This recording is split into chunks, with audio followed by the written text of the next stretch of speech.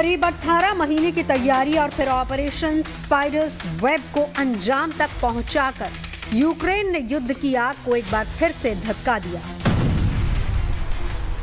Ukraine के हमले में रूस के 5 बड़े एयरबेस तबाह हो गए। साथ ही हमले में रूस के 40 से ज्यादा फाइटर जेट्स को निशाना बनाया गया। यूक्रेन के रूस पर हमले को दूसरा पर्ल हार्बर बताया जा रहा है। आशंका जताई जा रही है कि इससे दुनिया में तीसरा विश्व युद्ध शुरू हो सकता है।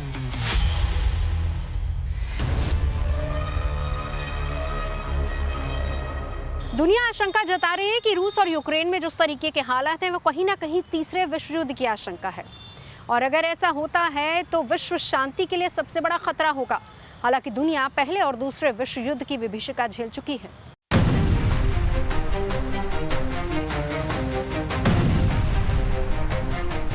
यूक्रेन के भीषण हमले के बाद दुनिया की नजरें रूस के राष्ट्रपति व्लादिमीर पुतिन की ओर हैं। आशंका जताई जा रही है कि इस हमले के जवाब में पुतिन कुछ बड़ा कर सकते हैं, जिसमें न्यूक्लियर वॉर भी शामिल है। दरअसल पुतिन काफी लंबे समय से यूक्रेन और उसके समर्थक देशों को परमाणु हमले की चेतावनी देते आ रहे हैं। इतना ही नहीं, उन्होंने लंबे समय से अपने परमाणु हथियारों को हाई अलर्ट पर भी रखा है। ऐसे में अगर रूस परमाणु हमला करता है तो इसका अंजाम बेहद खौफनाक होगा और इसकी चपेट में न सिर्फ यूक्रेन आएगा बल्कि दुनिया के कई देश महायुद्ध की आग में झुलसने लगेंगे।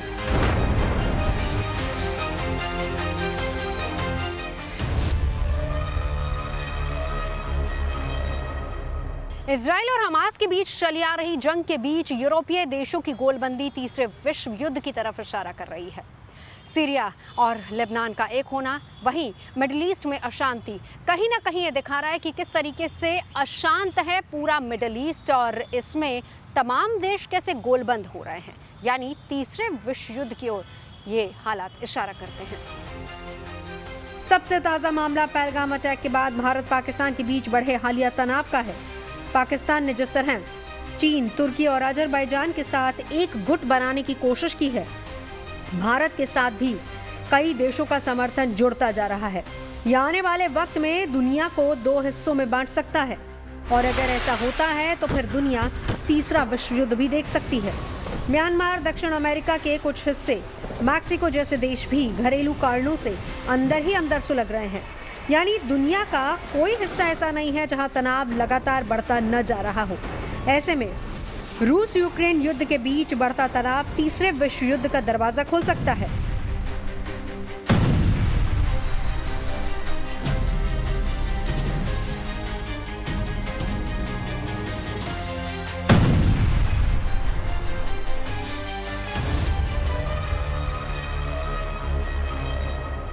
अब आपके मन में सवाल उठ रहा होगा कि आखिर दुनिया विश्व युद्ध के नाम से क्यों डरती है, क्यों कांपती है? विश्व युद्ध हुआ तो क्या होगा? क्या दुनिया के किसी कोने से उठी चिंगारी पूरी दुनिया को इस युद्ध की चपेट में ले सकती है?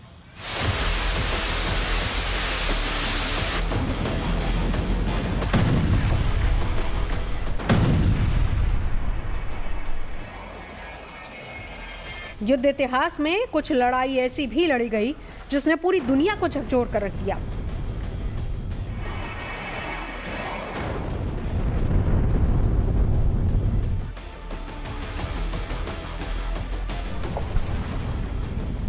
और वर्ल्ड वॉर 1 एक ऐसी ही जंग थी जिसमें यूरोप, एशिया और अफ्रीका जैसे 3 बड़े महाद्वीपों ने हिस्सा लिया।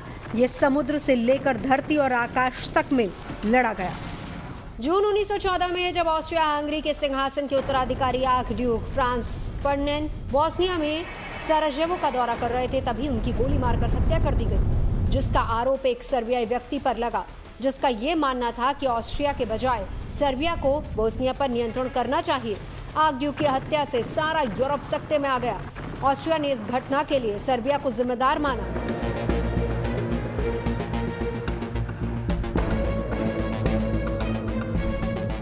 ऑस्ट्रिया ने सर्बिया को चेतावनी दी कि वो 48 घंटे के अंदर इस घटना के संदर्भ में अपनी स्थिति साफ कर दोषियों के खिलाफ कार्रवाई करे, लेकिन सर्बिया ने ऑस्ट्रिया की मांग को ठुकरा दिया, जिसके बाद 28 जुलाई 1914 को ऑस्ट्रिया ने सर्बिया के खिलाफ युद्ध की घोषणा कर दी और देखते ही देखते दुनिया के दूसरे देश भी अपने अपने गुटों के समर्थन में उतर आए और युद्ध विकराल होता चला गया।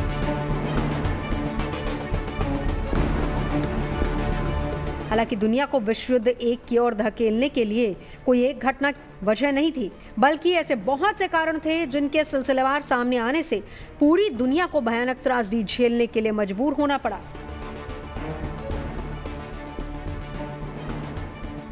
जर्मनी की नई अंतर्राष्ट्रीय विस्तारवादी नीति, परस्पर रक्षा सहयोग यानी आपसी सहयोग के लिए रक्षा समझौते और संधियां, साम्राज्यवाद, सैन्यवाद, राष्ट्रवाद, किसी प्रभावशाली अंतर्राष्ट्रीय संस्था का अभाव और तात्कालिक कारण आर्कड्यूक फ्रांस फर्डिनेंड की हत्या।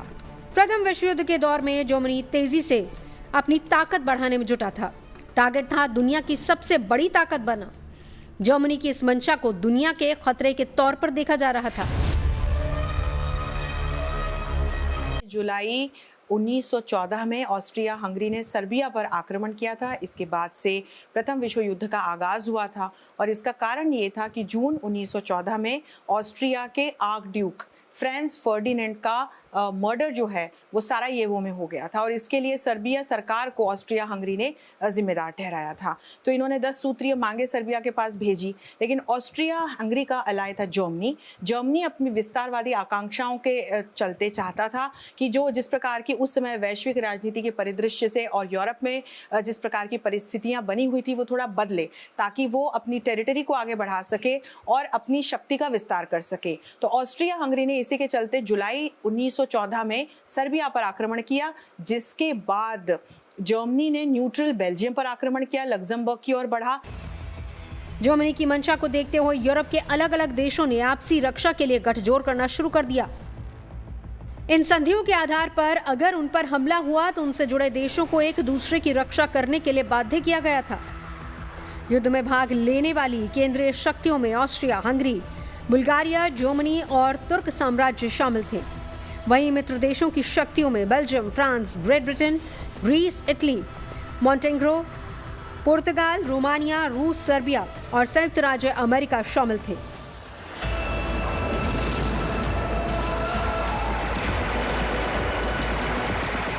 फर्स्ट वर्ल्ड वॉर ने दुनिया को युद्ध की भयावहता, जहरीली गैस और टैंक जैसी घातक नई तकनीकों से परिचित कराया। नतीजा ये हुआ कि दुनिया ने अब तक का सबसे भयानक नरसंहार देखा।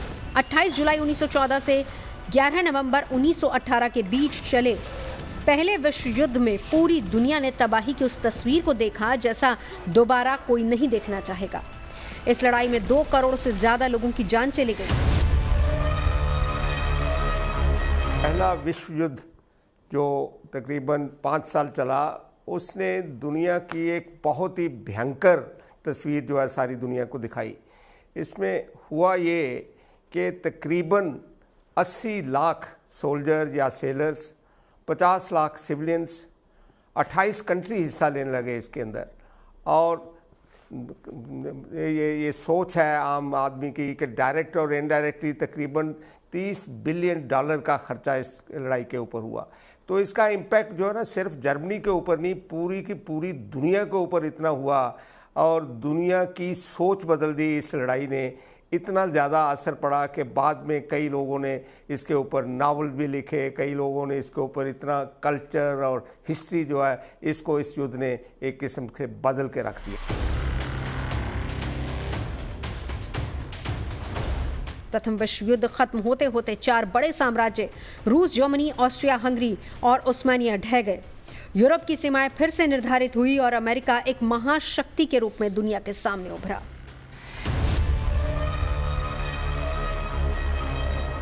प्रथम विश्व युद्ध के बाद वैश्विक राजनीति के परिदृश्य पर बड़े बदलाव हुए और इसका जो परिणाम है वो तो पूरी दुनिया को भुगतना ही पड़ा। राजनीतिक दृष्टि से जब हम देखते हैं तो प्रथम विश्व युद्ध के बाद जर्मनी के नेतृत्व वाली जो केंद्रीय शक्तियां थी उनकी हार हुई और इसके बाद ऑटोमन एम्पायर हुआ, रशियन एम्पायर हुआ, जर्मनी का एम्पायर हुआ, ये सब कोलैप्स हो गए। ये कोलैप्स हुए और इसके बाद पूरे विश्व में राष्ट्रवाद की एक लहर हमने बढ़ते हुए देखी। इसके अलावा हमने देखा कि कैसे ट्रेड यूनियंस शक्तिशाली हुए और रशिया में बोल्शेविक रिवॉल्यूशन का आगाज हुआ। 11 नवंबर 1918 को आधिकारिक रूप से जर्मनी ने सरेंडर करने के बाद फर्स्ट वर्ल्ड वॉर की लपटें थम तो गई, लेकिन ये आग पूरे तरीके से बुझी नहीं थी।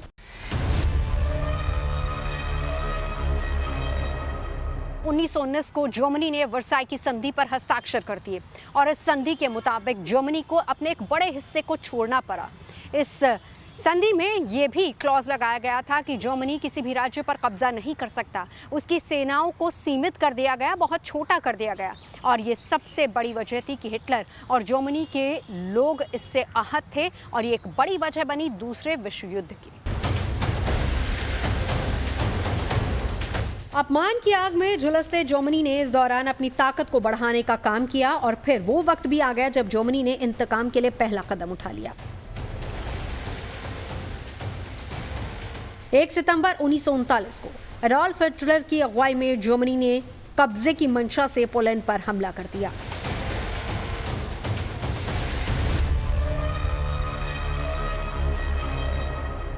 विश्व युद्ध के शुरू होने से कुछ महीने पहले ब्रिटेन और फ्रांस ने पोलैंड को यह आश्वासन दिया कि अगर जर्मनी पोलैंड पर हमला करता है तो फिर वो उसका साथ देंगे। जर्मनी ने बिना किसी आहट के सीधा पोलैंड पर हमला कर दिया, जिसके बाद 1939 में ब्रिटेन और फ्रांस ने जर्मनी के खिलाफ मोर्चा खोल दिया। जर्मनी के हमले से बौखलाए ब्रिटेन और फ्रांस पोलैंड की मदद के लिए आगे आए। वहीं देखते ही देखते जर्मनी के खेमे में इटली और जापान जैसे देश भी जुड़ गए और इस बीच पोलैंड के खेमे में फ्रांस, ब्रिटेन, संयुक्त राज्य अमेरिका, सोवियत संघ और कुछ हद तक चीन भी सामने आ गया और देखते ही देखते इसने विश्व युद्ध की शक्ल ले ली।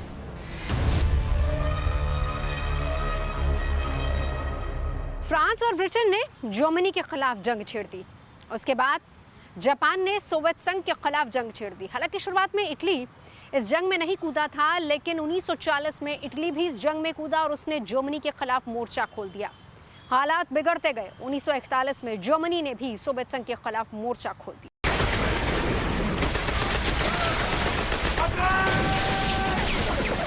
दुनिया के इतिहास में सबसे लंबा चला युद्ध भी पहले विश्व युद्ध की तरह दो गुटों के बीच लड़ा गया।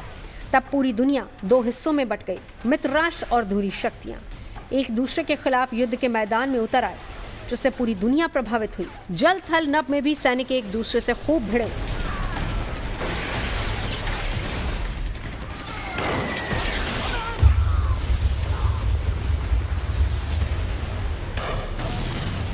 अमेरिका इस युद्ध में तब कूदा जब जर्मनी के साथ खड़े जापान ने अमेरिका के हवाई द्वीप समूह पर स्थित अमेरिकी नौसेना के एक अड्डे पर्ल हार्बर पर हमला कर दिया।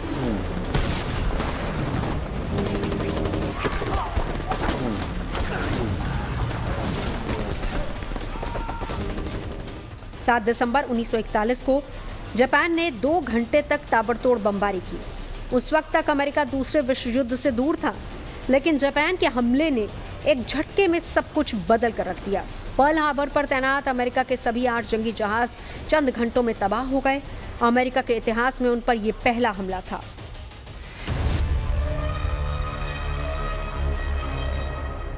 अमेरिका प्रतिशोध की आग में जलने लगा। 1942 में उसने जापान पर बम गिराने शुरू कर दिए। 1943 से 44 के बीच अमेरिका की तरफ से हुई बमबारी में 3,33,000 लोगों की जान चलेगी। बावजूद इसके जापान ने अमेरिका के सामने घुटने नहीं टेके और यहाँ अमेरिका ये बात समझ चुका था कि जापान इस बमबारी से घुटने टेकने वाला नहीं है।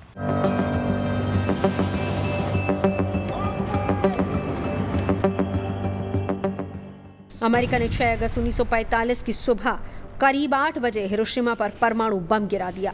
देखते ही देखते पूरा शहर पल भर में मिट्टी हो गया। इस दर्दनाक हमले के निशान आज भी वहां मौजूद हैं।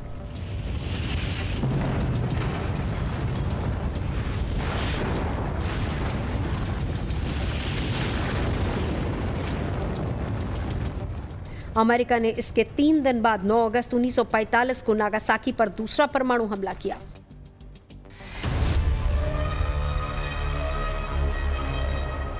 हिरोशिमा पर जब ये पहला विश्व का परमाणु बम गिराया गया तो हम समझें कि इसमें 64 किलोग्राम समृद्ध यूरेनियम का उपयोग हुआ था, लेकिन इसका जो परिणाम था वो 15,000 किलो टन जो रासायनिक हम पदार्थों का उपयोग करते हैं, विस्फोटक पदार्थों का, उसके बराबर था। तो एक बहुत सारी हीट जनरेट हुई वहां पर जिस प्रकार की मृत्यु हुई, तुरंत मृत्यु हुई, बीमारियां फैली, आज तक जो जापान की जनरेशन्स हैं वो उसका कहीं ना कहीं असर भुगत रही हैं। बड़े पैमाने पर नुकसान जापान को उठाना पड़ा और जो अभी के भी जो सर्वाइवर्स हैं उनको बहुत सारे हेल्थ इश्यूज से गुजरना पड़ रहा है।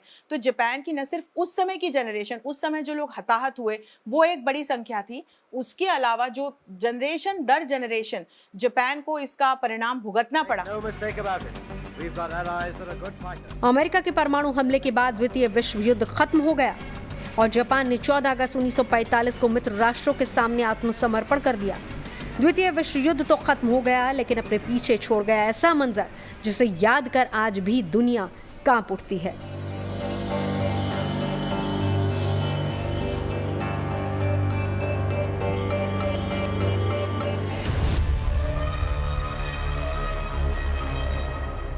छह साल तक चले दूसरे विश्व युद्ध में करीब 70 देश शामिल थे। 6 से 7 करोड़ लोग मारे गए और इसके अलावा जो दुनिया को नुकसान हुआ वो अलग।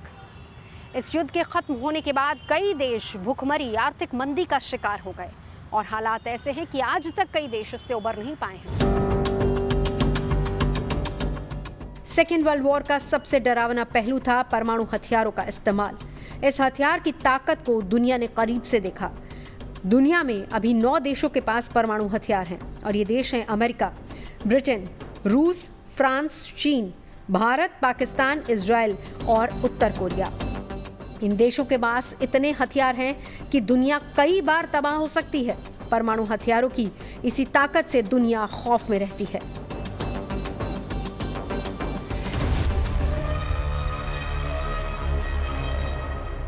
यूरोप में युद्ध की आशंका काफी बढ़ चुकी है और अगर मिडिल ईस्ट की बात की जाए तो गाजा में युद्ध विराम के बावजूद इजराइल के हमले जारी, यानी अस्थिरता वहां पर भी है। वहीं दूसरी तरफ हिजबुल्ला मोर्चा संभाले हुए है। ईरान अपने परमाणु कार्यक्रम को लगातार धार दे रहा है और इसके अलावा कई ऐसे देश हैं जहां पर अस्थिरता बनी हुई है।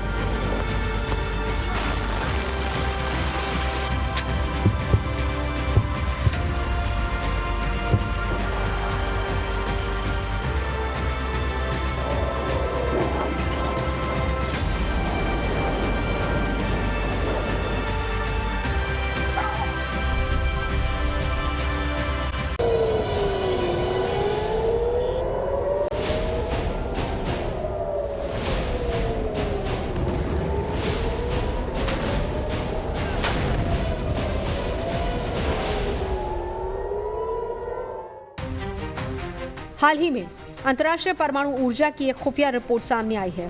खुफिया रिपोर्ट में दावा किया गया है कि ईरान परमाणु बम बनाने के एक कदम करीब पहुंच चुका है। आने वाले दिनों में ईरान 9 से 10 परमाणु बम बना सकता है।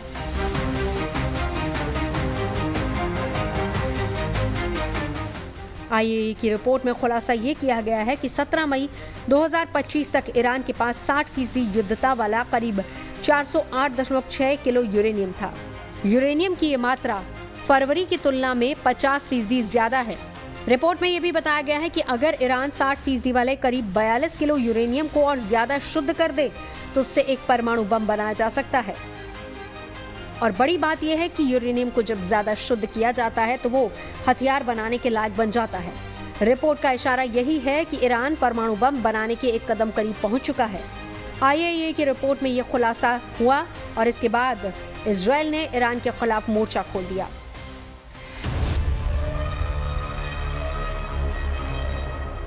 इससे न सिर्फ वेस्ट एशिया का, पूरी दुनिया का जो बैलेंस ऑफ पावर है, अभी जो शक्ति का संतुलन है, वो गड़बड़ा जाएगा। हम ये समझे कि पाकिस्तान भी एक ऐसा देश है जो ईरान की तरह प्रॉक्सीज को या टेररिस्ट ऑर्गेनाइजेशंस को प्रमोट करता है, बढ़ावा देता है, लेकिन पाकिस्तान पर कहीं ना कहीं इनडायरेक्ट कंट्रोल अमेरिका का और दूसरी पश्चिमी शक्तियों का बना रहता है। तो उसको कंटेन करना, कंट्रोल करना फिर भी आसान है। लेकिन ईरान के साथ दूसरी स्थितियां हैं, अमेरिका के साथ उसकी किस प्रकार की दुश्मनी है पूरी दुनिया जानती है। तो अमेरिका का कोई नियंत्रण यहाँ पर नहीं है और उसके चलते इजराइल के लिए एक बहुत बड़ा चैलेंज हो सकता है। अच्छा, हम खाड़ी देशों के दूसरे देशों की ओर देखें तो अमेरिका के साथ संतुलित संबंध, बेहतर संबंध बनाने में लगे हुए हैं। एक शिया सुन्नी वाला एंगल भी यहाँ पर आ जाता है। तो यदि ईरान परमाणु बम डेवलप करके दुनिया के सामने आता है तो इसकी वजह से बहुत सारे डायमेंशंस ऐसे हैं जो शक्ति से जुड़े हुए हैं, राजनीति से जुड़े हुए हैं, वो डिस्टर्ब होंगे। कुछ खुफिया जानकारी से पता चलता है कि रूस और ईरान के बीच सैन्य तकनीक का आदान प्रदान हो सकता है। इसके अलावा पहलगाम आतंकी हमले के बाद भारत और पाकिस्तान करीब करीब युद्ध में फंस चुके हैं। दोनों ही परमाणु बम वाले देश हैं, जिससे युद्ध की आशंका से दुनिया भी डर गई है।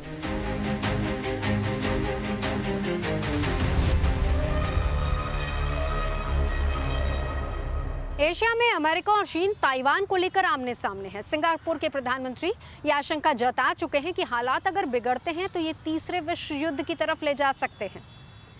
आपको याद होगा कि दूसरा विश्व युद्ध जापान के 2 शहरों हिरोशिमा और नागासाकी पर परमाणु बम गिराने से तबाह हुआ था, खत्म हुआ था वो विश्व युद्ध। लेकिन अगर तीसरा विश्व युद्ध होता है, उस दौरान केवल अमेरिका के पास परमाणु बम थे। इस दौरान 10 देश परमाणु शक्ति से लैस हैं। अंदाजा लगाया जा सकता है कि अगर तीसरा विश्व युद्ध होता है तो धरती की हालात, दुनिया के हालात क्या होंगे। यह दुनिया के लिए अच्छी खबर नहीं है और जहां जहां जंग छिड़ी है या जंग जैसे हालात हैं, वहां ऐसे ऐसे हथियारों के जखीरे हैं जो कुछ ही समय में पूरी दुनिया को खत्म कर देंगे।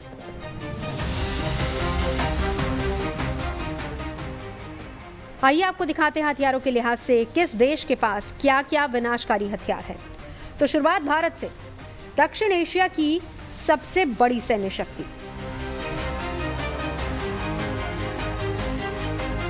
भारत के पास 170 से ज्यादा परमाणु हथियार हैं। अग्नि सीरीज की मिसाइलें 5000 किलोमीटर तक मार करने में सक्षम है। ब्रह्मोस जैसे सुपरसोनिक क्रूज मिसाइलें और एयरक्राफ्ट कैरियर INS विक्रांत जैसे नौसैनिक शक्ति इसे दुनिया के चुनिंदा शक्तिशाली देशों में शुमार करती है। पाकिस्तान, जिसके पास करीब 170 परमाणु हथियार हैं, लेकिन खतरा सिर्फ संख्या का नहीं बल्कि नीयत और अस्थिरता का भी है। आतंकी संगठनों की घुसपैठ और आंतरिक अस्थिरता के चलते ये जखीरा पूरी दुनिया के लिए चिंता का विषय बना हुआ है। और पहलगाम हमले के बाद तो पाकिस्तानी फौज, सरकार और आतंकियों की साठगांठ दुनिया के सामने है। चीन जो चुपचाप हथियारों का सबसे बड़ा विस्तार कर रहा है।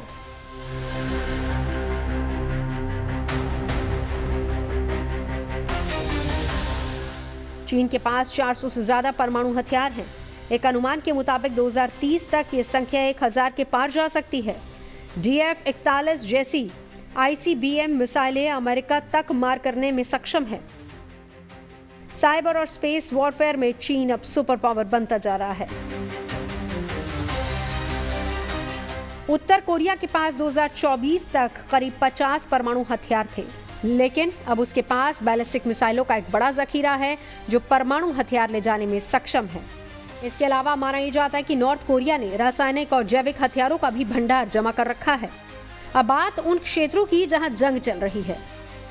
रूस के पास दुनिया का सबसे बड़ा परमाणु जखीरा है। रूस के पास कुल 5449 परमाणु हथियार हैं। पुतिन द्वारा रूस के परमाणु सिद्धांत में किए गए बदलाव यूक्रेन युद्ध में दबाव के लिए परमाणु हथियारों पर बढ़ती निर्भरता को दिखाते हैं।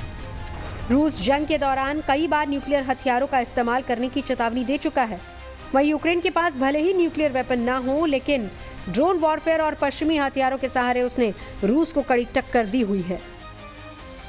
अमेरिका के पास दुनिया की दूसरी सबसे बड़ी न्यूक्लियर ताकत है।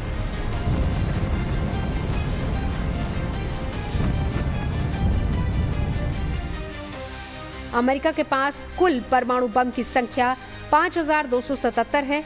एडवांस स्टेल्थ फाइटर F-35 और स्टेल्थ बॉम्बर जो बिना रडार में दिखे दुश्मन पर हमला कर सकते हैं। ट्राइडेंट 2 मिसाइल 12,000 किलोमीटर तक मार कर सकती है। MQ-9 रीपर ड्रोन और 11 एयरक्राफ्ट कैरियर अमेरिका को दुनिया की सबसे घातक मिलिट्री पावर बनाते हैं। ये सिर्फ हथियार नहीं, ये अमेरिका की रणनीति, दबदबा और चेतावनी का हिस्सा है। इजराइल ये छोटा है लेकिन घातक देश है। इसके पास अनुमानित 80 से 90 परमाणु हथियार हैं और आयरन डोम, डेविड स्लिंग और एरो जैसे मिसाइल डिफेंस सिस्टम दुनिया की सबसे उन्नत तकनीक माने जाते हैं। इजराइल में जब हमास या फिर दूसरे देशों से रॉकेट दागे जाते हैं तो जवाब में इजराइल की तबाही बरसाने वाली क्षमता सामने आती है।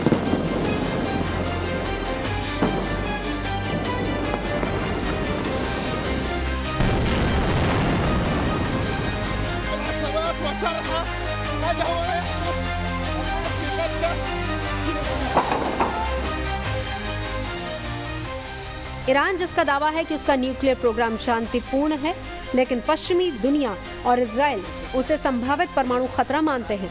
ईरान के पास बैलिस्टिक मिसाइलों की लंबी रेंज है। हाल ही में उसने इजराइल की ओर मिसाइलें दागकर एक नया अध्याय जोड़ दिया, जो इस पूरे इलाके के लिए खतरे की बात है।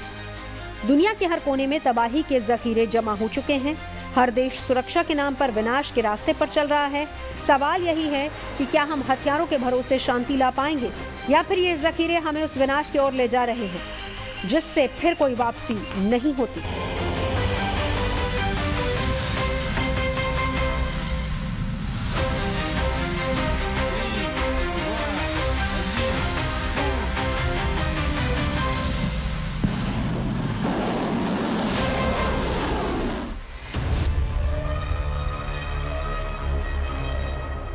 सवाल यह है कि अगर तीसरा विश्व युद्ध होता है तो फिर दुनिया का क्या होगा, कितने गुटों में दुनिया बटेगी, कौन कौन से खेमे बनेंगे और कौन किसके साथ होगा, ये जानना भी बहुत जरूरी है। जानकारों का कहना है कि अगर तीसरा विश्व युद्ध होता है तो दुनिया दो नहीं बल्कि कई खेमों में बट सकती है। विनाश सिर्फ परमाणु बम से नहीं होगा, अर्थव्यवस्थाएं, राजनीति और भविष्य सब कुछ तबाह हो जाएगी।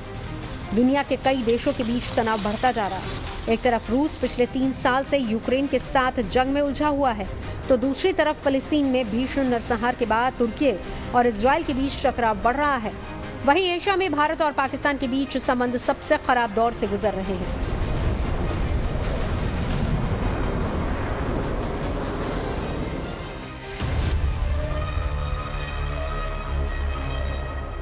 ये पाकिस्तान एक मिसाल इसकी ये है कि एक हाथ में हमारे एक न्यूक्लियर ताकत है और दूसरे हाथ में कशकोल।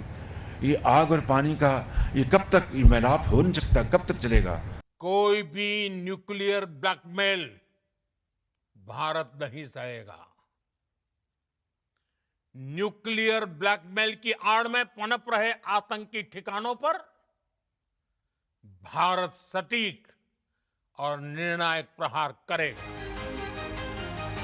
ताकतवर देशों के बीच बढ़ता टकराव तीसरे विश्व युद्ध की आशंका को जन्म दे रहा है। दुनिया के कई देश दो गुटों में बढ़ते नजर आ रहे हैं। इसकी एक बानगी रूस यूक्रेन जंग में नजर आती है। रूस के खिलाफ सभी पश्चिमी देश आज भी लामबंद नजर आते हैं, तो चीन, उत्तर कोरिया समेत कई देश रूस का समर्थन कर रहे हैं। अगर ये स्थिति रही तो वो दिन दूर नहीं होगा जब दुनिया के सामने एक बड़ा सैन्य संकट खड़ा हो जाएगा।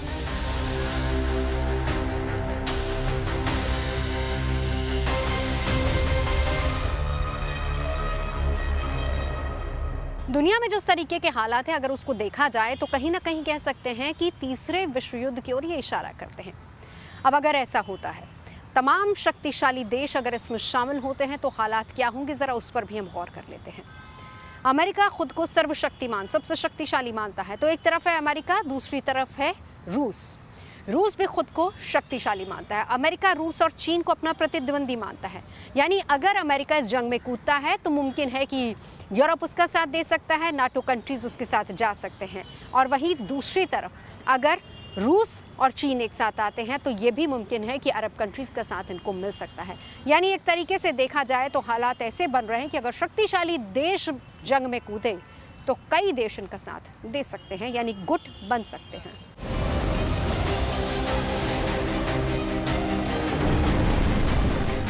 सवाल यह भी है कि भारत कहां होगा। भारत की कूटनीति हमेशा से दूसरे देशों की अंदरूनी राजनीति में न पड़ने की रही है और ये देश गुटनिरपेक्ष नीति को अपनाता है। शीत युद्ध के समय जब विश्व युद्ध की दो महाशक्तियों अमेरिका और सोवियत संघ के बीच टकराव बढ़ता जा रहा था तो भारत ने किसी के पक्ष में न जाने का फैसला करते हुए गुटनिरपेक्ष नीति को अपनाया था। भारत आज भी अपने इसी सिद्धांत पर कायम है। भारत का उद्देश्य अपनी सीमाओं की सुरक्षा करना है। ऐसे में तृतीय विश्व युद्ध अगर होता है तो भारत इसी सिद्धांत पर आगे बढ़ते हुए खुद को वैश्विक युद्ध से अलग रखने की कोशिश करेगा। अगर पाकिस्तान आक्रमण करता है तो फिर पाकिस्तान को करारा जवाब भी मिलेगा, फिर चाहे पाकिस्तान किसी भी गुट में क्यों ना हो।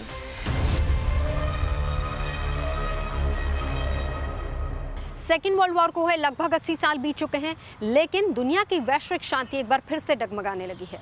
अमेरिका और यूरोप के लोग ये आशंका जता रहे हैं कि 5 या फिर 10 साल में तीसरा विश्व युद्ध हो सकता है। रूस में जिस तरीके से हालात हैं, अमेरिका की विदेश नीतियां और तमाम देशों के पास परमाणु शक्तियों का होना कहीं ना कहीं इस अशांति की ओर इशारा कर रहा है।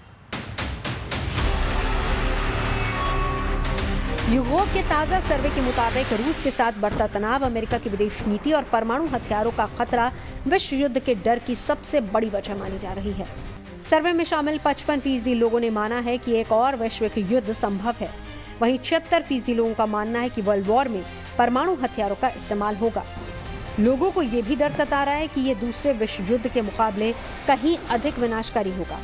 यूरोप और अमेरिका में लोग अपने देशों को इस युद्ध में शामिल होने की आशंका जता रहे हैं। सर्वे में पश्चिमी यूरोप के 82% और अमेरिका के 69% लोगों ने रूस के साथ तनाव को सबसे बड़ा खतरा बताया।